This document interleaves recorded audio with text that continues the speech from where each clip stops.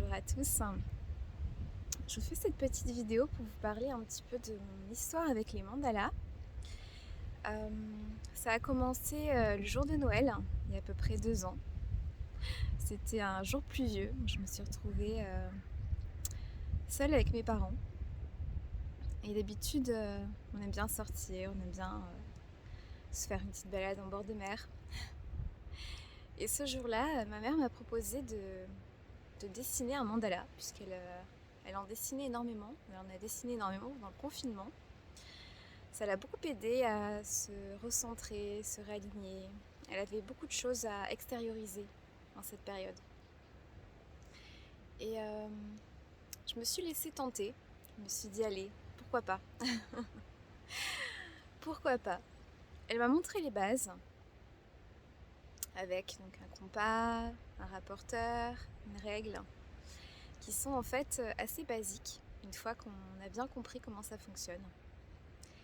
Et je me suis laissée inspirer sur l'instant, par ce qui me venait. J'ai beaucoup aimé faire ça. J'ai beaucoup aimé faire cet exercice et j'ai senti que de s'exprimer en fait de cette manière, c'était à la fois agréable et intéressant par rapport à ce qu'on pouvait constater une fois que le dessin était terminé. Pour moi, c'était justement quelque chose de très solaire, beaucoup d'étoiles. Enfin, ça correspondait vraiment aux énergies christiques du 25 décembre. Et c'est vrai qu'à chaque moment qu'on va dessiner un mandala, en fonction de notre état intérieur, en fonction de ce qu'on doit libérer, on ne va jamais réaliser la même chose. Et on se sent après aussi plus détendu, comme un peu rechargé en énergie. On a fait le vide, on a canalisé quelque chose, on a extériorisé quelque chose. Alors je me suis mise à continuer, à acheter du papier, des crayons, des feutres. J'ai fait sur du papier blanc. Puis ensuite j'ai eu l'idée de créer des cartes de vœux. Des cartes de vœux que j'ai transformées ensuite en petits tableaux pour que les personnes puissent à la fois offrir une carte avec un dessin vibratoire et écrire un mot à l'intérieur, puisque les mots ont aussi leur propre vibration.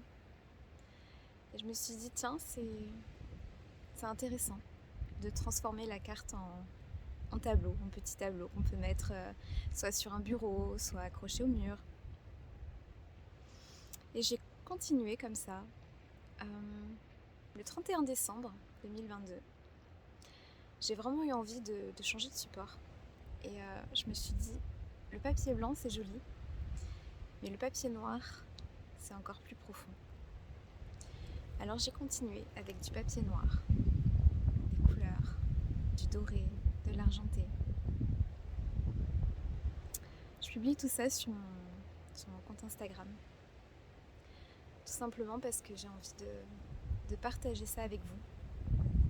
En fait, ce sont vraiment des mandalas qui viennent dans mon esprit, que je visualise, un petit peu comme un film. Et ça vient comme ça. Il faut que je prenne un papier, des crayons, des feutres, des stylos, et que je le matérialise. Et tant qu'il n'est pas vraiment matérialisé, c'est comme s'il était toujours dans mon esprit. Il était toujours là en attente, en attente de pouvoir être matérialisé.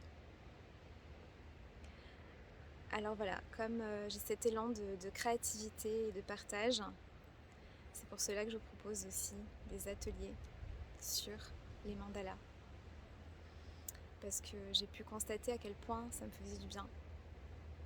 Alors je me suis dit qu'il y aurait d'autres personnes aussi qui auraient certainement envie d'expérimenter, de libérer leur créativité de cette manière et de venir essayer un jour avec moi. Alors si vous en ressentez l'envie, je vous accueillerai avec plaisir. Belle journée!